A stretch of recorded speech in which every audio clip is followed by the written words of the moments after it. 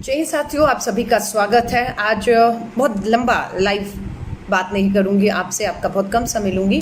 मैं सिर्फ एक चीज़ को बहुत दिनों से, जब से प्रधानमंत्री जी ने लोकल वोकल लोकल वोकल का नारा दिया है, तब से देख रही हूँ ट्विटर, सोशल मीडिया पर चाइना के प्रोडक्ट्स का, सामान का बायकॉट करने की बात भी हो रही है। बिल्कुल मैं इस बात को मानती हूँ कि भारत को आत्मनिर्भर बनना चाहिए, अपने पैरों पे बिल्कुल खड़ा होना चाहिए। ये नारा आत्मनिर्भर और मेक इन इंडिया, भारत में ही बनाइए और आत्मनिर्भर में मुझे तो कोई फर्क नहीं दिखा। एक अंग्रेजी का मेक इन इंडिया था और एक आत्मनिर्भर भारत, एक नए नारे के साथ वही पुरानी चीज को दोबारा से परोसने का प्रयास हुआ है। मैं अब बस इतनी छोटी सी बात कर रही हूँ।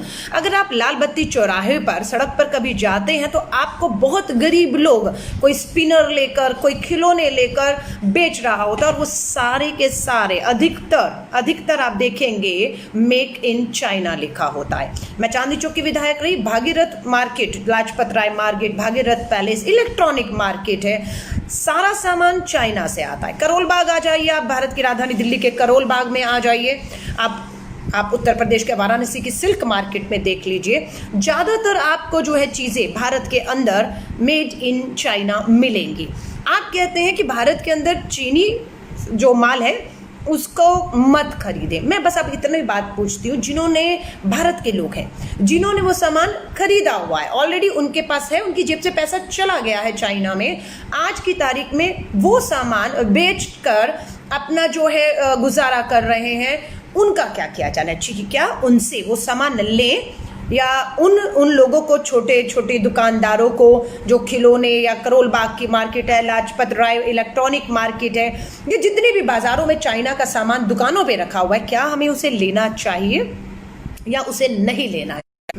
मेरा मानना है कि अगर हम उसे नहीं लेंगे तो इसमें नुकसान, आज की तारीख में अगर नहीं लेंगे, जो सामान ऑलरेडी चाइना से खरीदा जा चुका है, हमारा पैसा वहां जा चुका है, हमारे पास अब वो सामान है, अगर हम नहीं खरीदेंगे तो किसका नुकसान है? मैं आपसे पूछना चाहती हूँ, चाइना का या भारत के उस आदमी का जिसने वो खरीद लिया है पैसा देकर? नंबर एक।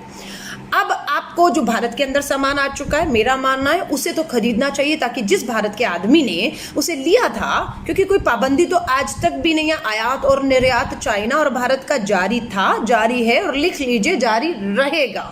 मैं आपको कह रही हूँ, ये खोखले नारे, भाषण बहुत अच्छे लगते हैं, लेकिन जमीनी धरातल में बहुत जो है वो फर्क होता है।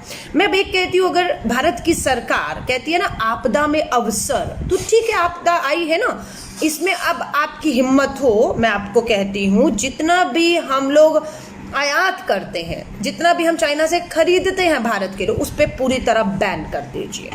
मैं आपको कह रही हूँ, हिम्मत हो तो बैन कर दीजिए। और सच कह रही हूँ, चाइना की कमर आप तोड़ पाएंगे, आप तोड़ देंगे चाइना की कमर, ये मैं मान रही हूँ, लेकिन आपको वो हिम्मत, वो विल, वो शक्ति, वो ताकत है ये करने की? शायद नहीं है।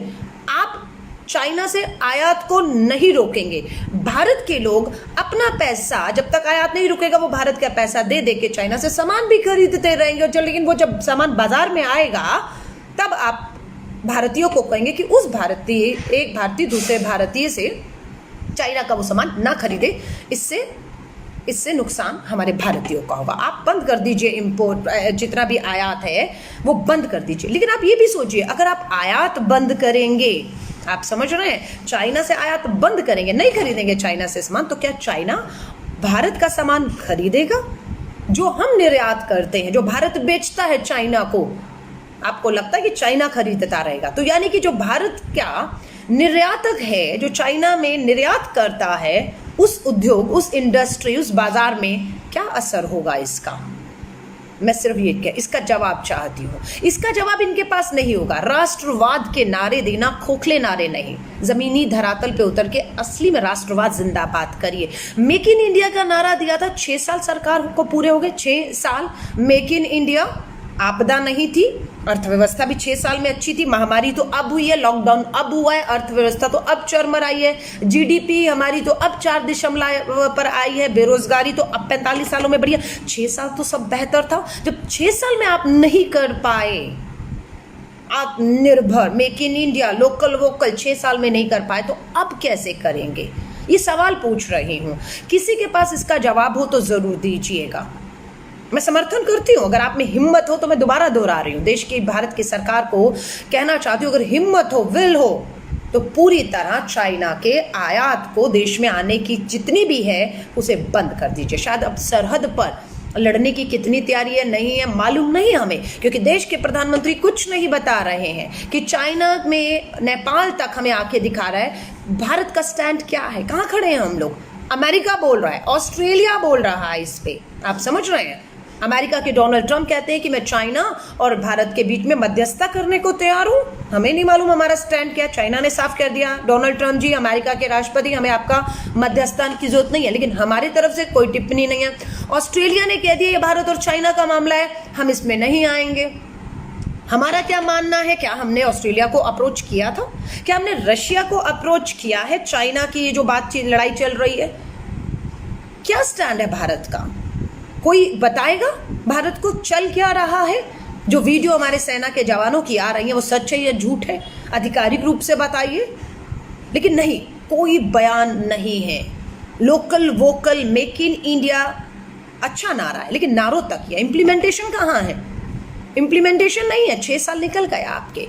और फिर मैं आपको कह रही हूँ, इस बात को ध्यान से सुनिएगा, करोड़ों करोड़ों रुपए का सामान चाइना का बनकर हमारे बाजारों में रखा हुआ है, करोड़ों का सामान। 3 महीने से लॉकडाउन में वो सामान बिका नहीं। अब वो सामान जब बिकने के लिए भारतीय बाजारों में, जो पहले हम खरीद कर चुके हैं, भारतीय पैसा चाइना के खजानों में जा चुका है, खरीद चुके हैं, वो हमारी दुकानों में पड़ा है, लेकिन अब नारा दे देते हैं मेड इन चाइना मत खरीदिए।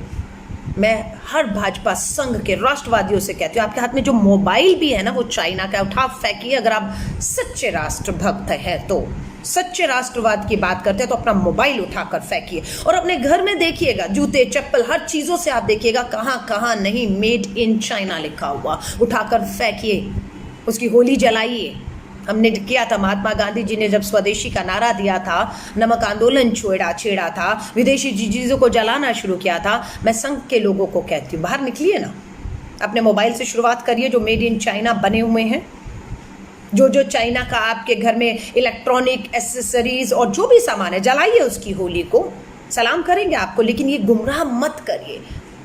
अभी भारत अपने पैरों पर पिछले 6 सालों में भी खोखले नारे दिए खड़ा नहीं है अपने पैरों पर। ये मैं नहीं कह रही, जो बाजार हैं उनसे पूछिए। वाराणसी उत्तर प्रदेश की सिल्क मार्केट से पूछ लीजिए, जो सिल्क चाइना से आता है। भारत की राजधानी की इलेक्ट्रॉनिक मार्केट में पूछ लीजिए, करोल बाग चले जाइए, लाजपत नगर भागीरथ पैलेस चले जाइए, करोड़ों का सामान, उनसे पूछिए। मेरी बात हुई है, भागीरथ पैलेस, लाजपत राय मार्केट, चांदी चौक की इलेक्ट्रॉनिक मार्केट है। मैंने उनसे बात की है, वहाँ के प्रेसिडेंट से बात की है कि क्या अगर एकदम से भारत की सरकार चाइना से आयात सामान बंद कर दे, बिल्कुल बैन कर दे, तो क्या होगा, तो क्या होगा, आप सरवाइव कर पाएंगे। उन्होंने कहा 1 महीना दूर की बात, 1 दिन की दूर की बात, 1 मिनट भी सरवाइव नहीं कर पाएंगे। पूछा क्यों नहीं कर पाएंगे, बोला उनकी जो लागत है, चाइना जिस लागत में सामान बनाता है हम वहां से लाते हैं और बेचते हैं, अगर हम बनाने शुरू करेंगे तो हम उस लागत में नहीं बना पाएंगे, क्योंकि चाइना ने बड़ी बड़ी उद्योग, इंडस्ट्री, फैक्ट्रीज पिछले कुछ सालों में और तेजी से लगाकर लोगों को वहां पर काम दिया है। और एक एक फैक्ट्री में जो हमारे यहाँ पर शायद 1000, 10,000, लाख पीस बनेंगे, वहां पर 10-10 लाख, 1-1 करोड़ पीस बनते हैं। और जब माल ज़्यादा बनता है तो उसकी कीमत अपने आप नीचे आ जाती है। लेकिन हमारे यहाँ पर अभी हमारी उतनी क्षमता है ही नहीं है। जब आपकी क्षमता नहीं है तो आप किसे गुमराह कर रहे हैं। और अगर आपको लगता है आपदा में अवसर है तो एक बार बैन करके देख लीजिए, शायद हम छटपटाएंगे, हम अपने हाथ पैर मारेंगे। Make in India, local vocal के नारे के तहत जो 6 साल में नहीं कर पाए, शायद वो इस आपदा में कर पाए। पर देश की सरकार को वो हिम्मत तो दिखानी होगी ना। इसी के साथ दूसरा मुद्दा ले रही हूँ और आपकी उसमें सोचिएगा, उसमें और राय दीजिएगा। अलका लांबा की राय मायने नहीं रखती, ये राय देश की होनी चाहिए कि देश क्या सोचता है। उत्तर प्रदेश के मुख्यमंत्री योगी आदित्यनाथ जी ने फरमान जारी किया है कि उत्तर प्रदेश का जो मजदूर है अब वो उत्तर प्रदेश से बाहर किसी राज्य में नहीं जाएगा। अगर उन्हें कहीं काम करना है, कहीं किसी दूसरे राज्य में काम मिलता है और वो काम करने वहाँ जाता है, तो वहाँ की राज्य सरकारों को उत्तर प्रदेश की योगी आदित्यनाथ सरकार से इजाज़त लेनी होगी। इजाज़त के बिना वो उत्तर प्रदेश के किसी भी कामगार मजदूर को काम नहीं दे सकते हैं। अब मैं एक सवाल आपसे पूछना चाहती हूँ,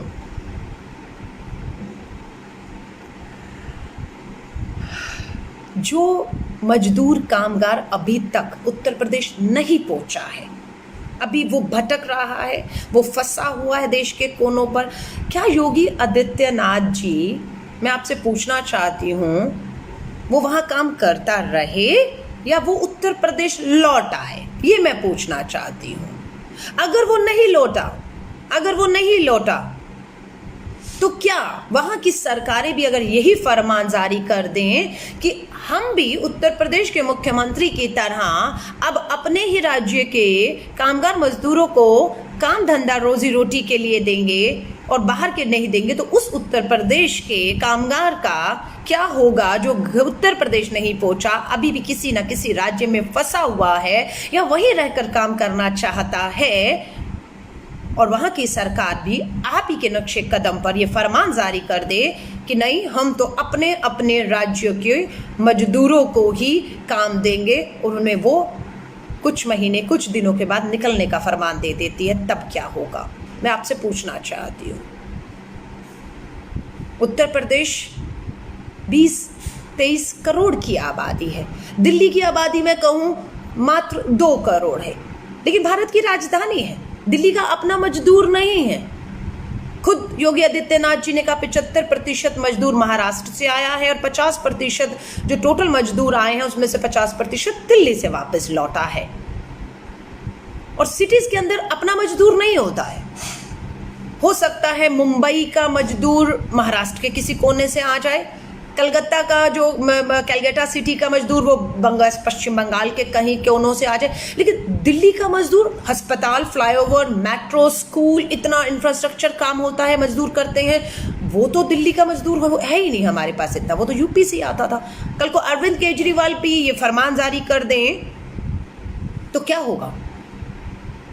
मत बांटिए मजदूरों को, ये तेरा राज्य मेरा राज्य, तेरा मजदूर मेरा मजदूर, तेरी सीमा मेरी सीमा, तेरा अस्पताल मेरा अस्पताल, तेरा मरीज मेरा मरीज।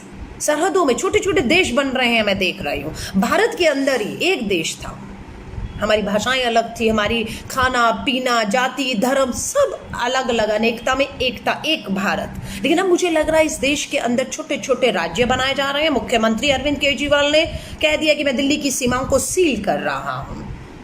योगी आदित्यनाथ कहते हैं कि बाहर के राज्यों के मजदूरों को नहीं आने दूंगा और अपने राज्य के मजदूरों को जाने नहीं दूंगा कहीं पर काम करने के लिए, चाहे उन्हें उत्तर प्रदेश में काम मिले या ना मिले। उसी तरह अरविंद केजरीवाल खुद हरियाणा के हिसार से हैं, उप मुख्यमंत्री मनीष सिसोदिया जी उत्तर प्रदेश के गाजियाबाद से हैं, अभी सहारा समय पर डिबेट चल रही थी, संजीव झा बिहार से आते हैं।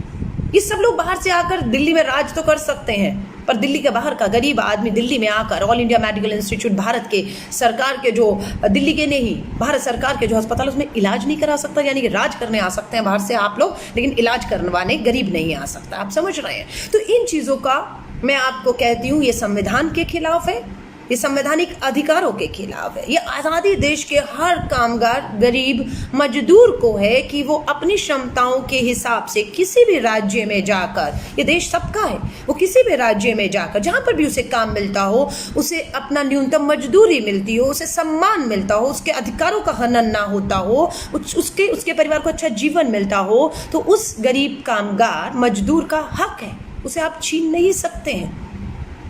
अभी मैंने सुना योगी आदित्यनाथ जी के बयान के बाद महाराष्ट्र के राज ठाकरे ने भी बयान दे डाला है कि अगर योगी आदित्यनाथ ये कहते हैं कि अगर आपको हमारे मजदूर चाहिए तो आप उत्तर प्रदेश सरकार से इजाज़त लीजिए, तो अब वो कहते हैं कि महाराष्ट्र सरकार को भी किसी मजदूर को भी हायर करना है। महाराष्ट्र के अंदर जो प्रोजेक्ट चल रहे हैं प्राइवेट हैं, उनको अगर मजदूरों को हायर करना है तो उन्हें हायर करने से पहले महाराष्ट्र सरकार की इजाजत लेनी होगी। अगर महाराष्ट्र सरकार इजाजत नहीं देगी तो मुंबई के अंदर जो प्रोजेक्ट चल रहे हैं उन प्रोजेक्ट पे वो काम नहीं कर सकेंगे, उन्हें वहां से वापस दौड़ा दिया जाएगा। आप समझ रहे हैं ये हो क्या रहा है? आप क्षेत्रवाद में, जाति धर्मों में, भाषाओं में बांट देंगे। जब आप रजिस्ट्रेशन करेंगे, ये काम राष्ट्रीय स्तर पर होना चाहिए।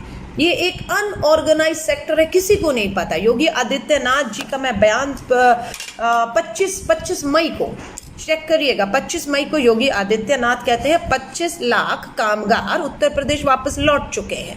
उनमें से उन्होंने कहा 75% महाराष्ट्र से जो लौटे हैं वो कोरोना वायरस संक्रमित हैं। साथ में कहते हैं कि दिल्ली से जो मजदूर लौटे हैं उसमें से 50% कोरोना वायरस संक्रमित हैं। आप समझ रहे हो वो क्या कहना चाह रहे हैं? लाखों लोग उत्तर प्रदेश जो पहुंचे हैं, 25 लाख मजदूर, वो कोरोना वायरस संक्रमित है। लेकिन आंकड़े तो कुछ और कहते हैं।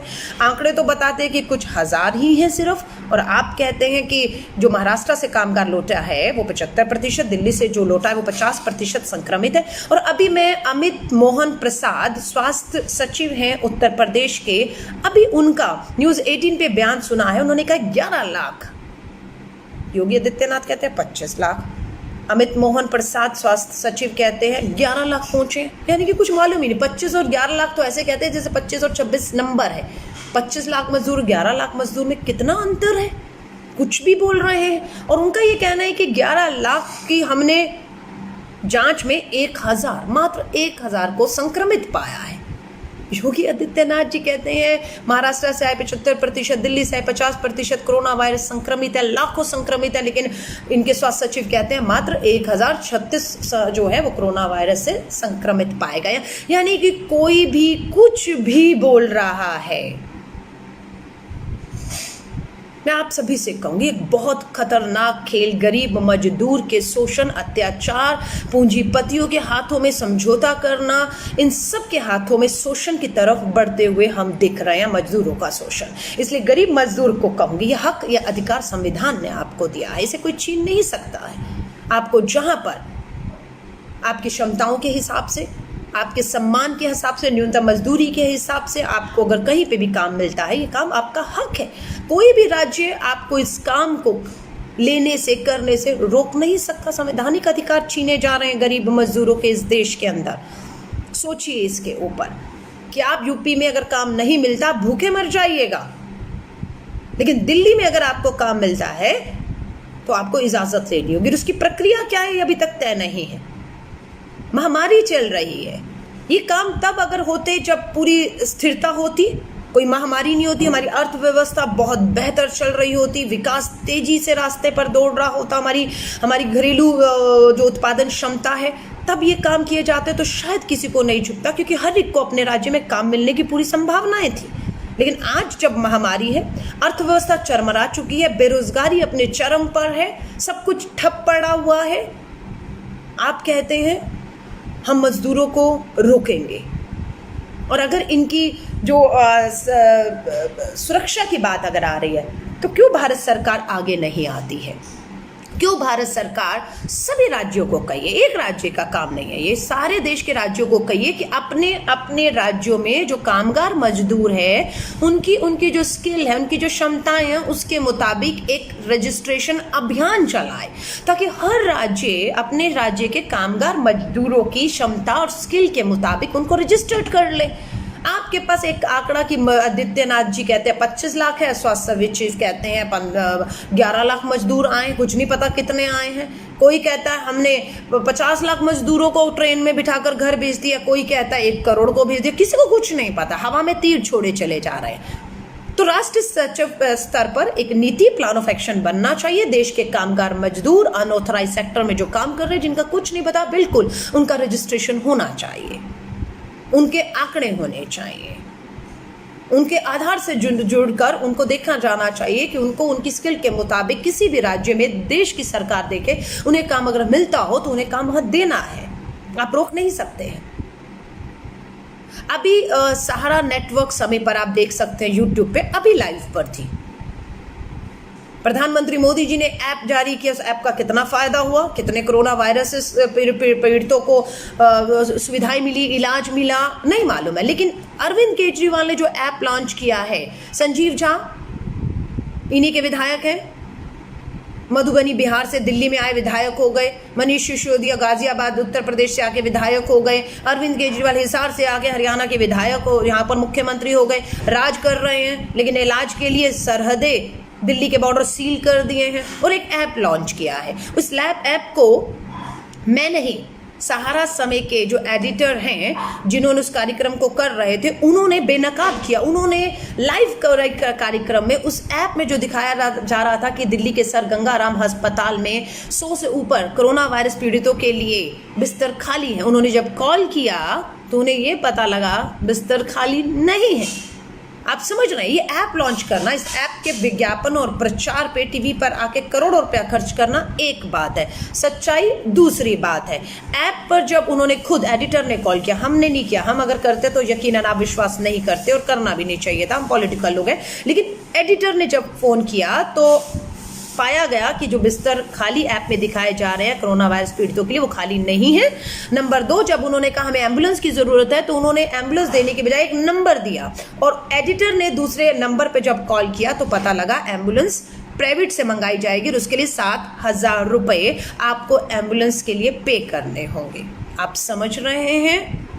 उसके बाद यहीं तक घड़ी नहीं रुकी, उन्होंने कहा ठीक है हम पे करके 7,000 ले आएंगे पर कोई खर्चा तो नहीं होगा। तो बताया गया कि नहीं, आपको गंगाराम अस्पताल में बिस्तर बेड नहीं है जो ऐप में दिखाए जा रहे हैं, वो उससे हमें नहीं मालूम है, दिल्ली सरकार ने लॉन्च किया है, हमारे यहाँ बिस्तर नहीं है, लेकिन अगर आपको सर गंगाराम में अस्पताल में इलाज कराना है तो 5 लाख रुपया कोरोना वायरस पीड़ित को देना होगा। और दिल्ली सरकार दावा करती है इस ऐप के माध्यम से कि कहाँ कहाँ बिस्तर खाली है, मुफ्त इलाज, जल्द इलाज, एम्बुलेंस पहुंचेगी। और जब संजीव झा को ये प्रश्न पूछा गया, आम आदमी पार्टी के विधायक को, सहारा समय नेटवर्क के ऊपर कि एम्बुलेंस नहीं मिल रही, उन्होंने कहा हमारा उबर ओला से टाई अप हुआ है, अगर एम्बुलेंस नहीं मिलेगी तो वो एम्बुलेंस का काम करेंगे, वो आपको अस्पताल में पहुंचेंगे। शायद मुझे लगता है आम आदमी पार्टी के इस विधायक को एम्बुलेंस शब्द के मतलब ही नहीं मालूम है। एम्बुलेंस और एक ओला उबर की आम गाड़ी में अंतर होता है या नहीं होता है? क्या ओला उबर की उस गाड़ी में जिसमें गंभीर पेशेंट को तुरंत एम्बुलेंस में ले जाना था, वो ओला उबर में जब जाएगा तो क्या उसको उसमें ऑक्सीजन मिलेगी? क्या उसमें वेंटिलेटर की अगर जरूरत पड़ गई तो वो रहेगा? क्या उसमें डॉक्टर और नर्स को तुरंत कुछ कार्रवाई करने की जरूरत पड़ी तो उसमें रहेगा ना? आप समझिए कितना बड़ा भद्दा मजाक दिल्ली की और केंद्र की सरकारें मिलकर अगर भारत की राजधानी दिल्ली, जहाँ 20,000 से ऊपर कोरोना वायरस पीड़ित पहुंच चुके हैं, अगर यहाँ राजधानी दिल्ली में 2-2 सरकारें चलाती हैं, दोनों अपना अपना ऐप लॉन्च करती हैं, दोनों करोड़ों रुपए विज्ञापन पे लगाती हैं, दोनों रोज टीवी पर आके बड़ी बड़ी बातें करती हैं, अगर यहाँ गुमराह हो रहे हैं तो आप सोच लीजिएगा देश के दूर दूर राज्यों में क्या उस गरीब मजदूर या उस आदमी के साथ हो रहा होगा जो कोरोना वायरस से पीड़ित है, लेकिन इलाज के नाम पर अगर राजधानी में इतना बड़ा खिलवाड़ और धोखा हो सकता है तो उनका क्या हो रहा होगा। इसलिए मैं आपको जाते जाते वापस कहकर जा रही हूँ, लॉकडाउन 1, 2, 3, 4 खत्म, 5वां शुरू हो चुका है। मैं अपने घर से नहीं निकल रही जब तक मुझे बहुत ज़्यादा ज़रूरत या मजबूरी नहीं है। वही निवेदन आपसे करती हूँ। सरकारों ने आपको हालात और भगवान के सहारे छोड़ दिया है, समझ रहे हैं आप? तो घरों से मत निकलिए जब तक बहुत मजबूर ना हो। सोशल डिस्टेंसिंग, एक दूसरे से दूरी बना कर रखिए। बाहर मजबूरी में निकले तो ग्लव्स, मास्क पहन कर जाएं, हाथ लगातार धोते रहिए। और अगर आपको बुखार, खांसी, जुकाम, कुछ भी ऐसे सिम्टम्स दिखते हैं तो कोशिश करूँगी इन हेल्पलाइन पे शायद कोई उठा लेगा, तुरंत कॉल करिएगा और बिना समय गवाए आप मदद के लिए कहिएगा। और नहीं भी मदद हो तो सोशल मीडिया पर आप और हमारे जैसे लोग बने हुए हैं जो जनता की आवाज़ बन रहे हैं कि ये खोखले करोड़ों के विज्ञापन, ऐप की घोषणा, प्रचार करना और सच्चाई से दूर है, इसलिए लोग हमें भी लिखते हैं और हम इसको जो है प्रचार करते हैं। मैं अभी एक और जाते जाते बात करती हूँ। भाजपा के मध्य प्रदेश के विधायक है, मैंने ट्वीट किया, आप देख सकते हैं, मैं देखती हूँ उनका नाम आपको बता सकूँ। उन्होंने सोनू सूद, कौन है सोनू सूद? बॉलीवुड के सीरियल्स या मूवी में वो स्टार हैं। उन्होंने अपनी क्षमताओं के तहत अपनी